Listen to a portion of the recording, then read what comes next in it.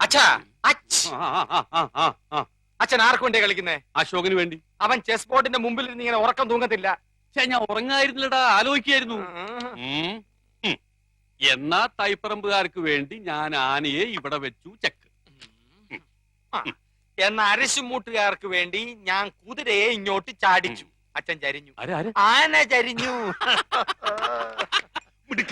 എന്തായി എന്തായി എന്തായി? അശോകനെ ഇടവും വലവും അനങ്ങാൻ വയ്യാത്ത രീതിയിൽ തളച്ചിട്ടിരിക്കുക എന്റെ മോൻ. അങ്ങനെ തന്നെ വേണം. സ്വന്തം അനിയത്തിയുടെ മുമ്പിൽ അമ്മ തോൽക്കാണ്ടിരിക്കാൻ വേണ്ടിയാണ് ഞാൻ ഈ ത്യാഗമൊക്കെ ചെയ്യുന്നത്. SSLC പരീക്ഷയ്ക്ക് പോലും ഞാൻ ഇത്ര ഉറക്കുളച്ച് പഠിച്ചിട്ടില്ല. അത് പിന്നെ അമ്മയ്ക്ക് അറിയില്ലേ മോനെ? മോൻ ഇതങ്ങോട്ട് വലിച്ചു കുടിച്ചേ ക്ഷീണം മാറട്ടാ. എനിക്കില്ലേ വസു? അശോകൻ കുടിക്കണ്ട, അശോകന് ക്ഷീണമാകാം. അവശതയോടെ കളിച്ചാ മതി.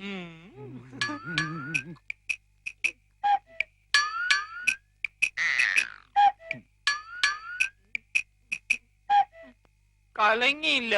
നല്ലോണം കലക്കി ഒരു ഗ്ലാസ് കൂടെ തരട്ടെ മോനെ? ഇപ്പൊ വേണ്ട, രണ്ടിലും നിറഞ്ഞിട്ട് മതി. കളി. ഓഹോ, കളി പഠിച്ചിട്ട് വന്നിരിക്കാനല്ലേ? നിനക്കിനി ജയിക്കണമെങ്കിൽ ഒറ്റ വഴിയേ ഉള്ളൂ. കുടുംബക്ഷേത്രത്തിലേക്ക് ഒരു നേർച്ച നേർന്നേക്ക്, ചെലപ്പോ ഫലിച്ചേക്കും.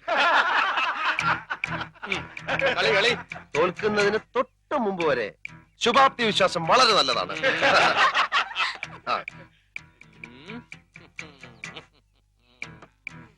എന്റെ ബുദ്ധിപരമായ നീക്കം കണ്ടിട്ട് എന്ത് തോന്നുന്നു? ഒന്നും തോന്നുന്നില്ല.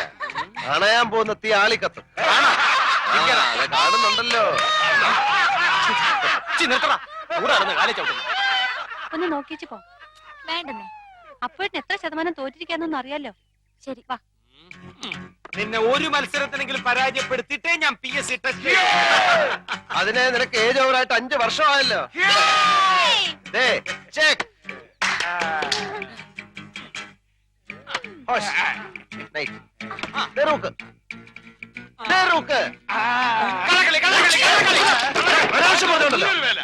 സമ്മതിക്കാൻ ഒരു അന്തസ് വേണം. ഞാൻ നോക്കുന്നത് നീ